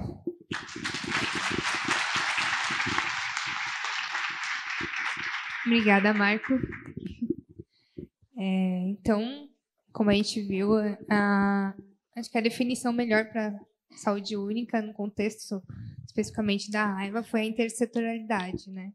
Somente no momento atual que a gente tem essa interação do homem, meio ambiente, desmatamento, poluição, mudanças climáticas. A gente viu o calor que fez essa semana passada aqui em São Paulo, por conta do El Niño. Então, a gente tem um panorama que nos agrada com essa redução de casos e eliminação possível da raiva canina, mas a gente tem que ficar de olho, porque se a gente sabe que, tendo em vista a pandemia, qualquer mudança no nosso ambiente, no nosso contexto social, seja por desigualdade, seja por política, a gente precisa estar de olho, a gente precisa continuar com as medidas de prevenção e controle da melhor maneira possível e sempre melhorá-las. Eu tenho algumas perguntas aqui. Vamos começar aqui. A Fanise de Caçapava perguntou para o Dr. Francisco. Ela gostaria de saber qual o motivo da diferença do custo entre a vacina humana, que é em torno de R$70, e a de animal, que é em torno de R$10. Bem, enfim, aí está relacionada aos custos de produção, né, dos laboratórios e acaba impactando nesse preço, né. Nós também compramos mais vacina canina, né, e a gente sabe que quando você compra em quantidade maior, você tem economia de escala, né, a gente compra cerca de 30 milhões de vacinas caninas, enquanto a humana a gente compra cerca de 1,5 milhão, mais ou menos. Então, isso também é um fator importante que acaba impactando nesse custo. Então, você vê que a vacina canina não é cara e ainda tem muitos países que não têm acesso a campanhas de vacinação, como, por exemplo, na África, né? Então, isso é algo que ainda nos deixa incomodados, né? Nas Américas, a gente está aqui fazendo nosso papel, mas a gente também se preocupa com outros países, né? Você vê essa desigualdade que existe, né, de um insumo barato e extremamente efetivo, né? Obrigada, Francisco. A gente tem uma pergunta do Felipe Catunda para o Marco Antônio e para o Francisco também. Ele está questionando que houve um caso recente de raiva em um cão na zona urbana de Crateús, no Ceará. Sabemos que em muitas cidades do interior a vacinação de cães é feita por agentes de endemia, sem a supervisão de médicos veterinários, como combater a vacinação de forma errônea. Você pode repetir? Eu não entendi o começo. Ele falou assim: houve um caso recente de raiva em um cão na zona urbana de Crateús, no Ceará. Sabemos... Crateús. Sabemos que em muitas cidades do interior a vacinação de cães é feita por agentes de endemias, sem a supervisão de médicos veterinários. Como combater a vacinação de forma errônea?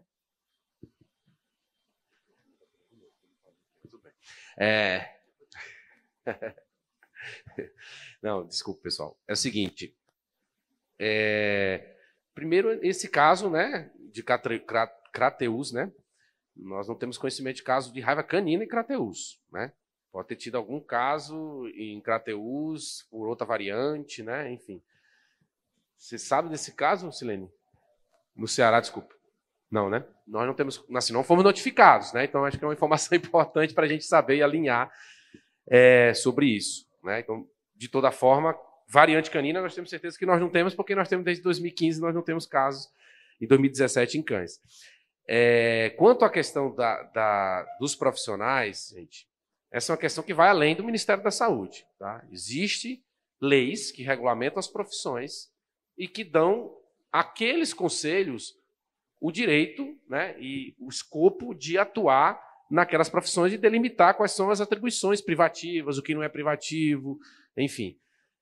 Em alguns momentos existem choques de leis, né? Então nós temos a lei que fala dos agentes de endemias, temos a regulamentação de quais as atribuições, e eles podem fazer algumas ações voltadas para reservatórios, mas sempre supervisionado por um profissional de nível superior que tenha competência para aquilo. Aí, no caso do diagnóstico de coleta de amostra para raiva em animais, é o médico veterinário. Ainda mais falando de um procedimento mais invasivo. Não é uma coleta de sangue, gente. Você mexe com o sistema nervoso central, que pode estar ali, né, com uma quantidade de vírus, de uma doença 100% letal. Então, os fatores precisam ser considerados. O que eu vejo? Que a gente tem que sempre olhar as coisas de um ponto de vista relativo. A gente pode relativizar e pode usar a exceção quando tiver justificativa para exceção. A exceção é uma quantidade grande de animais, o risco é baixo, o risco é baixo de se infectar, e existe um risco grande de transmissão, um surto, uma epidemia, aí você pode aplicar as excepcionalidades, né? A gente não pode usar isso como regra. Eu não tenho profissional, logo eu não vou fazer. Mas mas eu deveria ter o profissional, né? Enfim, então eu acho que a gente precisa evoluir. A gente discutiu isso ontem, né? E assim, a quantidade de amostras para coletar para a raiva, ela não é a mesma quantidade que eu coleto no inquérito censitário de leishmaniose visceral, por exemplo, no município. Então a quantidade é bem menor. É possível organizar isso para ter um profissional para poder acompanhar isso, não é uma demanda muito grande. E podemos trabalhar em rede, podemos usar a iniciativa privada, a universidade. Então, assim, a gente tem que inovar ao invés de usar isso como um obstáculo para que a gente faça vigilância. Essa é a nossa percepção de uma forma geral. Só fazendo uma correlação com... Está aqui a colega do PNI, né, Programa Nacional de Imunizações. Fazendo uma correlação, não são somente enfermeiras e médicos que aplicam vacina, mas também técnicos de enfermagem, auxiliar de enfermagem. Então, é impossível você ter médicos e enfermeiras em todos fazendo a vacinação, mas o Programa Nacional de Imunizações é um sucesso e tem uma série de profissionais envolvidos, e não somente médico e enfermeira, tem auxiliar de enfermagem e técnico de enfermagem. Então, o Programa da Raiva não tem só veterinário, tem veterinário, biólogo, agente comunitário de saúde, agente de endemias, e todos fazem parte do programa. Em algum momento, quando é campanha, quando é foco, todo mundo tem que vacinar. Mas quem é o profissional responsável? O veterinário supervisiona, treina, capacita, recapacita, e tem essa coisa. Agora, sim, também tem algumas ações que também, já eu concordo com o Francisco Edilson, fazer uma necrópsia, né, em campo, tem que abrir o cérebro, a caixa craniana. Mas se você fizer a coleta pelo forame magno, que é menos invasivo, também você pode estar utilizando outros profissionais para estar. Então, tem uma série de considerações, né? Nem tudo é sim e nem tudo é não, né? É igual a teoria fuse, né? Tem a quantidade de verdade para cada ponto, né? Então a gente não pode ser binário, né? 0 e 1, 0 e 1. Não, a gente tem que pensar um pouco mais amplo para poder solucionar os problemas. Eu queria só complementar que eu esqueci de falar a questão, a gente discutiu muito isso ontem, sobre o papel do auxiliar veterinário, né? É uma profissão que já tem cursos no país, mas ainda não está regulamentada por lei. Então, acho que essa é uma demanda que a saúde também pode provocar, né, para que tenha. Quem tem que regulamentar é o legislativo, não é o conselho. Ele pode fomentar um deputado para poder propor. Porque esse profissional ele vai fazer o papel do auxiliar de enfermagem, que nós não temos. Mas o conselho só pode legislar, regulamentar sobre essa profissão quando ela estiver em lei. Se ela não existe em lei, o conselho não pode atuar, não pode recolher conselho, não pode... Então, eu acho que essa é uma iniciativa. E aí você pode discutir os agentes de endemias que tenham capacidade e experiência profissional prática de fazer um curso mais menor e possa atuar como um auxiliar de veterinário para aquelas ações no serviço público. Então, aí você vai buscando as exceções. E também possa ter concurso para auxiliar de veterinário, por exemplo. E como o Marco falou, a vacinação é um procedimento mais simples e a gente tem que fazer em grande quantidade. Aí é onde entra as exceções, que eu estava falando. Coleta é uma coisa, eu acho que entra as exceções. E no Programa Nacional de Imunização, sempre um auxiliar de enfermagem ele tem um enfermeiro responsável. Seria a mesma lógica. Então, é algo que a gente ainda precisa na profissão do médico veterinário, eu acredito, porque auxiliares de veterinário já existem práticos em todas as clínicas particulares. Todo clínico particular tem um cara de confiança treinado que faz coleta, que vacina, só que ele não está regulamentado. Então, acho que isso é uma coisa que vai dar muito ganho também para os programas de saúde pública, como a raiva. Sim. Obrigada, Francisco. Obrigada, Marco Antônio. Eu tenho uma pergunta da Juliana, de Itapeva, mas ela não direcionou para ninguém. Quais as medidas a serem tomadas em caso de morcego incentivo positivo para a raiva em área urbana, considerando trabalho de captura e controle em morcegos hematófagos em área rural? Em área urbana? Então, em área urbana, aí sim a saúde pode atuar, né? Em áreas rurais, geralmente a agricultura atua, né? Principalmente por morcegos hematófagos. E a busca ativa, por exemplo, de pessoas expostas, esse é um papel essencial. Eu não me lembro como é que está a última norma, se a gente está recomendando bloqueio, só a busca para ver... Exatamente, a orientação da população, especialmente, né, educação e saúde. E, obviamente, se você vê que tem animais não vacinados, você não vai perder a oportunidade e vai vacinar. Mas não é uma ação exatamente de bloqueio. É uma ação muito mais de busca de pessoas animais que não se vacinaram. E é orientação. Então, enfim. Mas, por exemplo, porque a gente sabe que tem esse spillover, né? Por exemplo, do gato. Então, a gente não pode desprezar essa possibilidade e, tendo gatos na residência, também recomendar a vacinação. Mas o principal é ver se tem pessoas que tiveram contato com esse morcego. A principal é mais urgente. Né? Se alguém teve contato com o morcego, ela tem que buscar pós-exposição imediatamente. Esse é o principal risco que a gente imagina que pode ocorrer numa situação como essa. E você aproveita e faz a educação, para que as pessoas, né, não entrem em contato com o morcego, evitem contato, com quem ele tem que entrar em contato para recolher, para fortalecer a vigilância. Né? Obrigada, Francisco. A gente tem uma pergunta do chat para a doutora Patrícia. A Valéria Campinger. Ela está questionando a não obrigação da vacinação de herbívoros na contribuição para o aumento da raiva nos herbívoros. Bom, quando a gente institui um programa sanitário, a gente avalia muito bem o que a gente vai colocar como obrigatório ou não. Porque quando a gente institui uma obrigatoriedade, imputa uma obrigatoriedade ao produtor, isso, o seu não cumprimento gera sanções e penalidades. Então, no caso da raiva, a gente entende que o trabalho a ser feito, que vai dar muito mais resultado do que a obrigação, efetivamente a conscientização. Nesse caso, a gente entende que não é obrigando que o produtor vai vacinar. Então, assim, a gente não obriga, a gente tem as orientações do que fazer em cada situação, mas entendemos que não seja o caminho de obrigar e aplicar sanções ao produtor que não vacina. Obrigada, Patrícia. Uma unidade de vigilância geral, CARA, eles estão questionando onde estão fazendo o controle de morcegos hematófagos no Brasil e quais estados seriam. Ela não direcionou a pergunta.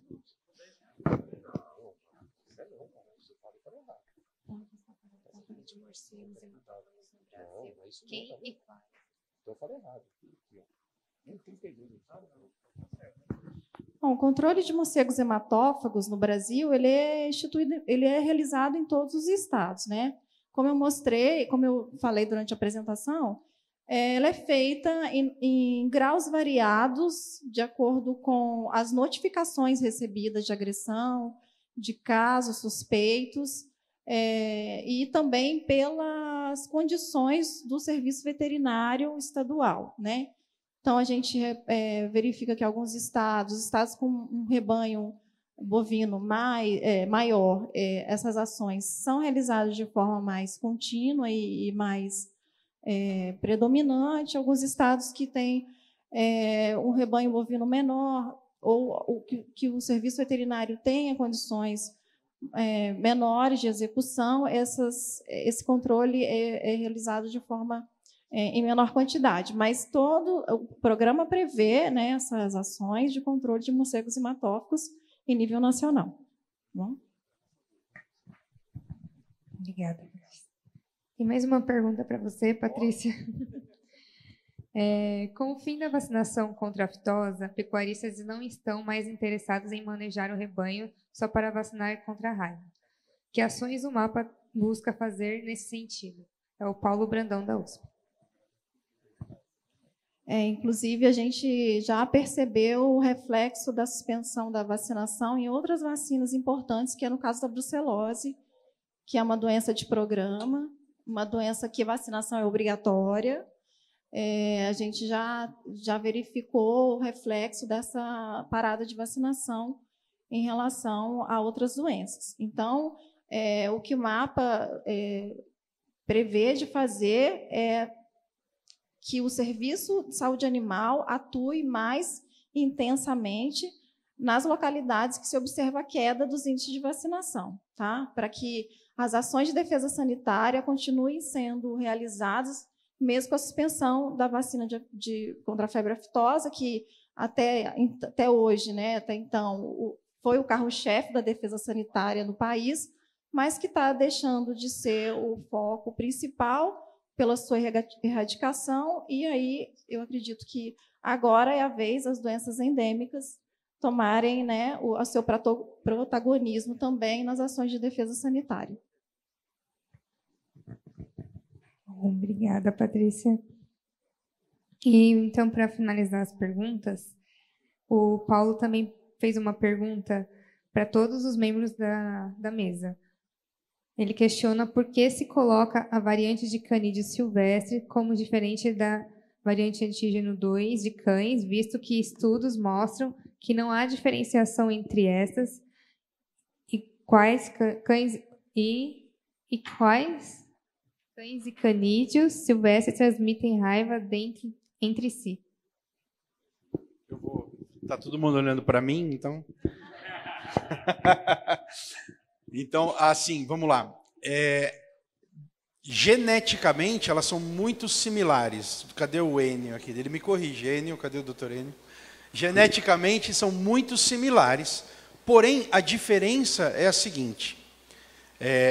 Se eu eliminei a raiva canina nessa região, né, há algum tempo, e eu começo a ter casos em canídeos selvagens, mas não tenho caso em caninos domésticos, isso demonstra que eu eliminei e que a variante que está circulando, ela é exclusivamente daqueles animais.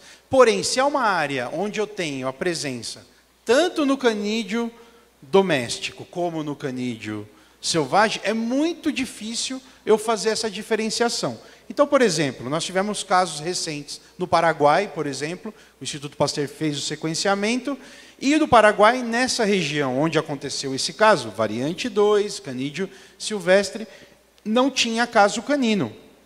Porém, quando se detectou nesse canino, foi uma variante muito similar a outras de canídeos silvestres, identificada em outro país, como na Argentina, porque era próximo ali da fronteira. Por isso que o foco é eliminar a raiva canina, variante canina, manter a vigilância.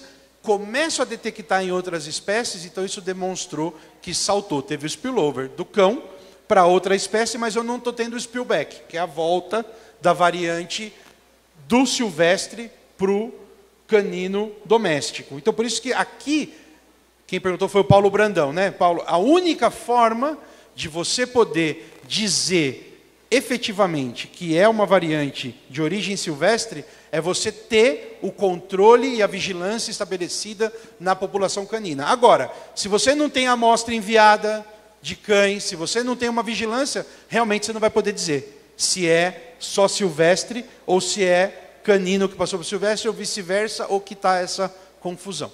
Não sei se eu me expliquei, mas é mais... A Andréia fez assim, ó. Obrigado. Acho que essa questão da epidemiologia que o Marcos trouxe é muito importante, né? Porque a gente fica muito apegado, obviamente, à questão laboratorial. E eu não sou especialista e conheço muito pouco sobre virologia e sobre a parte laboratorial. Mas as evidências desses casos, por exemplo, no Nordeste, de cães com variante de raposa, foram animais que tiveram contato, foram agredidos por raposas que deram positivas. E eles não causaram casos secundários em outros cães. Então, me parece um ciclo mesmo, né? Está vindo da área silvestre para os cães e ela não está... o spillback está acontecendo, mas é pontual. Isso reforça, porque se fosse, você teria uma transmissão entre cães ali, depois poderia, né, você detectar até um caso humano, uma pessoa exposta. Então, essas evidências ajudam a gente pensar dessa forma. Mas é como falou, a biologia, você pode ter uma situação ali específica que esse vírus, né, com tanto contato com o cão, ele mute, passe a ter uma capacidade maior, ele, enfim, pode ser, né, que esse vírus foi do cão para o canídeo silvestre, evoluiu, voltou, enfim. Essas coisas todas são possíveis, mas a evidência epidemiológica ela nos ajuda a acreditar muito nessa teoria. Bom, obrigada, então, gente. Não sei se alguém tiver mais alguma pergunta, ainda temos mais 10 minutos. Não. Os palestrantes querem também discutir mais alguma questão? Eu queria tocar num assunto que eu acho que o Marco colocou interessante sobre a questão da prevenção de agressões, né? De fato, a gente faz pouco para isso, né? Eu acho que esse é o tipo de ação que ela perpassa por uma abordagem de uma só saúde obrigatoriamente, né?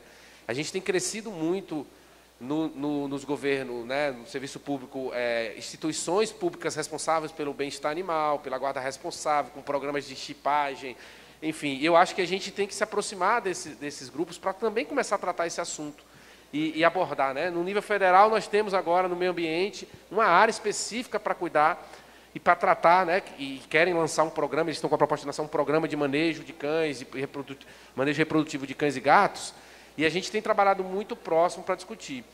Isso levanta uma outra pergunta, que eu acho que ainda a nível de pesquisa. Qual é o impacto das próprias agressões para a saúde da população? Porque, aí esquecendo o próprio vírus da raiva, nós temos agressões graves, que causam sequelas psicológicas e, às vezes, mortes ou sequelas, inclusive, de incapacidade em criança, no rosto. E a gente tem pouco dado sobre isso no Brasil, né?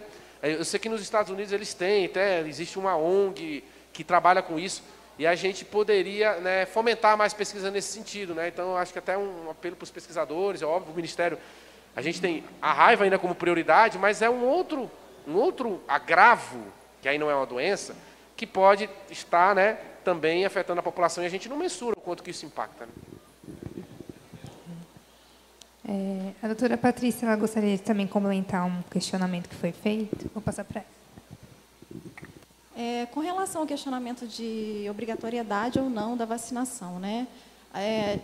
Lembrando que os estados, né, ou localidades que entenderem a necessidade de instituir, né, a obrigatoriedade da vacinação por estar com um número de casos muito grande, é possível, tá? Então, a gente tem hoje uma região de Goiás em que a vacinação é obrigatória, tá? Então, não é proibido proibir, mas isso tem que ser feito com muita cautela e realmente avaliar a necessidade ou não da instituição dessa medida, ok? Obrigada, Patrícia. Marco? Não, e rapidamente, né? Tanto, né, que foi falado da vigilância de agressões aqui, no caso de cães para pessoas, o programa de controle da raiva de herbívoros, ele está mudando o paradigma dele. Se vocês olham o programa regional, quando nós instituímos o programa regional há 2 anos, o foco é agressões de morcego. Então, porque se eu já tenho o caso, é correr atrás do rabo, né? Eu já tenho o caso, e aí eu estou fazendo buraco na água, enxugando gelo, aí usa o que quiser, né? Eu estou correndo, eu já tive o caso em bovino, aí eu estou correndo atrás e começo as minhas ações a partir do caso. E não é isso que a gente coloca no programa regional, e que muitos países, o Brasil já mudou, e os outros países estão mudando também, porque a vigilância é a partir de agressões de morcego hematófago, e a partir daí desenvolve as ações de monitoramento de abrigo, monitoramento de população de morcego hematófago, trabalho educativo, tá? Para evitar o caso. E, obviamente, quando tem o caso, vai estar trabalhando. Então, pensar nisso, tanto na raiva canina, como na raiva de herbívoro, a agressão deveria ser o ponto inicial, né, de qualquer ação de vigilância epidemiológica. Obrigada, Marco. Bom, então, dessa maneira, como não temos mais questionamentos, vou encerrar a mesa e a gente se dispõe para o intervalo agora. Quer falar? Obrigada. Agradecemos a contribuição de todas as autoridades. Informamos que este simpósio, em comemoração aos 120 anos do Instituto Pasteur, está sendo transmitido ao vivo pela plataforma YouTube, no canal da ENAGRO, Escola Nacional de Gestão Agropecuária, ao qual agradecemos. São mais de 100 participantes de forma online de várias regiões. Agradecemos e registramos presença, vigilância de Artópodes, de Porto Alegre, gerência de vigilância ambiental, vigilância epidemiológica de Jardinópolis, vigilância ambiental em saúde do Rio Grande do Sul, Santo André, Feira de Santana, Bahia, Instituto Butantan, Bebedouro, São Paulo, Suzano, Salvador, Mato Grosso, Universidade Federal de Mato Grosso, Rio de Janeiro, Instituto Pasteur de Sorocaba e outros mais.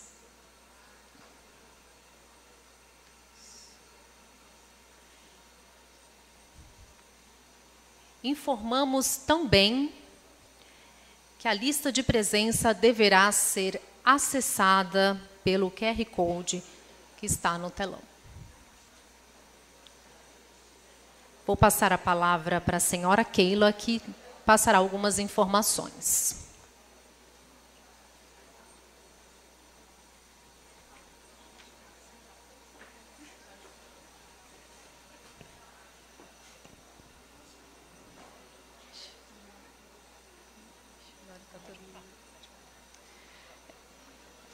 Bom dia. Eu queria só dar um recado em relação à apresentação dos pôsteres, que tem algumas pessoas que têm tido dúvida. Então, não sei se vocês viram, mas na programação tem um QR Code na parte de trás, aqui.